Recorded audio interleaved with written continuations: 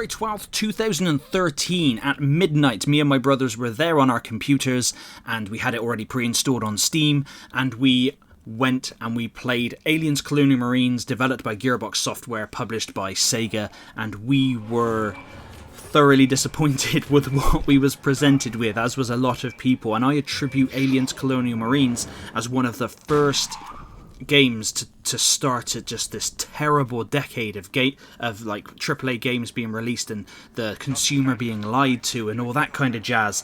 Now, looking back on it now, I picked it up cheap a while ago on Steam and I've just started going through it again now, and I'm giving it a fair crack and an objective look, just nearly a decade later. And I've come to see that there are some good things in Aliens Colonial Marines, as well as there are some bad things, and I'm going to objectively give you my list of things that are good, and then things that I think are not so good, and then I'll leave it down to you to decide whether you want to pick up Aliens Colonial Marines on the cheap or not. Now, straight off the bat, they have got voice actors in from the movies, like Michael Biehn and Lance Henriksen, obviously reprising their roles as Hicks and as Bishop, which is really, really cool. The music, again, is taken from the movie and sounds awesome, and a little too awesome, considering what's actually happening on the screen. The graphics aren't bad, to be honest. The gunplay is good, if a little generic. The game overall is an easy play. It's easy to pick up and play, get through, and if you want to unlock some Steam achievements, then, it's kind of like the way to go. You can gain XP and rank up whilst playing single player or cooperatively, or on the multiplayer if you can get a multiplayer game, which again adds to replayability to be able to level your marine up.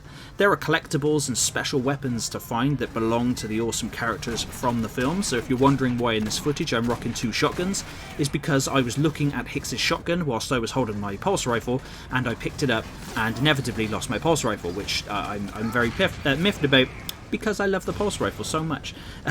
There are challenges to complete as well, and you can unlock weapon skins by doing said challenges, which again is really, really cool, which again all adds to the replay value and the co-op aspect as well, and the different difficulties and all that kind of stuff. It's really, really cool. However, the AI is thick as 2 short planks, and unfortunately the game overall is very Call of Duty-like, where it should have been more horror.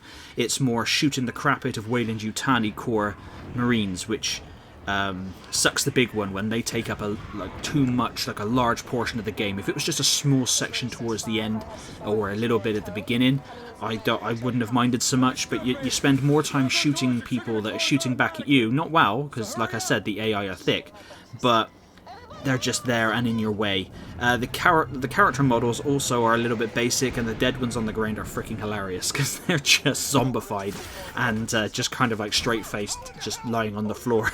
They look like mannequins, which is amazing. The multiplayer is effectively dead. I've not managed to find any games online, which is a shame, as I didn't mind the multiplayer so much back when I got to play it. But overall, it was a massive missed opportunity, and like I said, one of the biggest disappointments in gaming history. There's a new Aliens game that's been announced, which I don't know too much about, and hopefully we get some more information.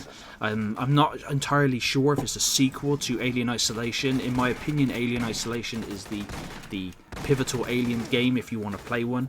That is the way to go. It's done right, and if they did an Aliens game in the same style where you have limited ammo, but you could kill the Xenomorph, but they were really difficult to kill, so you've got to proper survival horror like the first game instead. But obviously you can't kill the Xenomorph in that one. You just kind of got to piss him off and run away and hide and hope he doesn't come after you with a vengeance.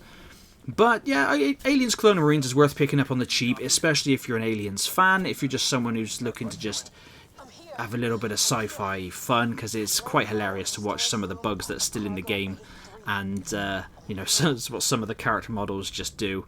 But let me know in the comments what you guys think. Were you there in 2013 when all this kicked off, or did you hear about it much later on? But thank you very much for watching the video, and I'll catch you on the next one.